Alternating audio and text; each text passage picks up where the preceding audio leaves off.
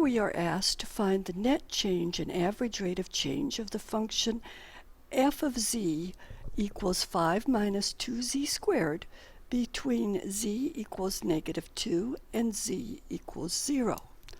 Again, I'm going to call the first value of z z1 and the second value z2. Thus, z2 is 0, and it is associated with f of z2,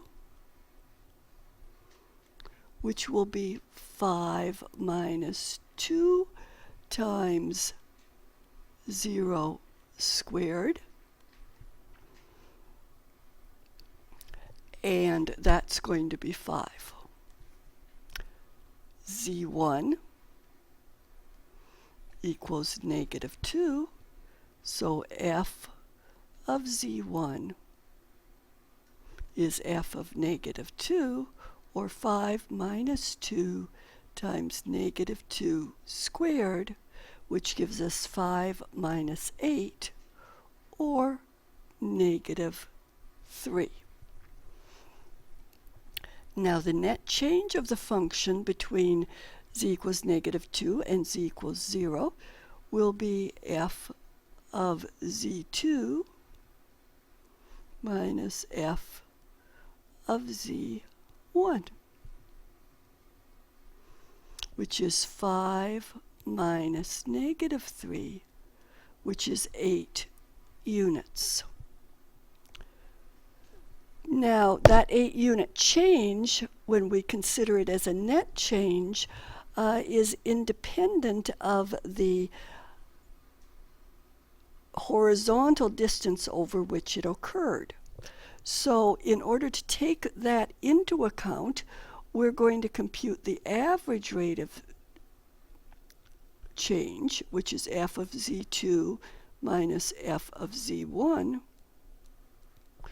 all over z2 minus z1, or it is the net change divided by the change in z values.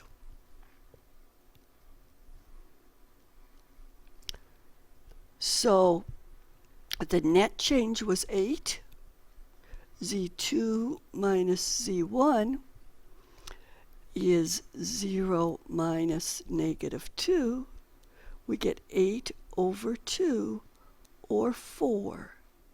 So the average rate of change between z equals -2 and z equals 0 in this function is 4 units in y for every unit change in z.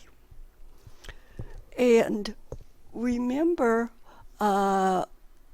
if we think about this function graphically, it's going to be a parabola opening down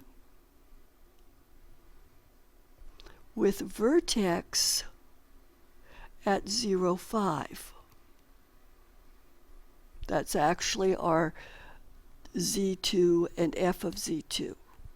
Our z1 and f of z1 were to the left at -2, -3.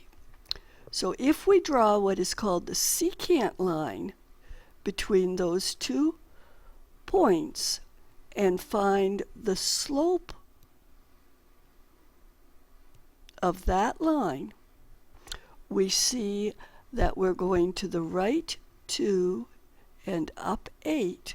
The slope of that secant line is identical to the average rate of change between those 2 points.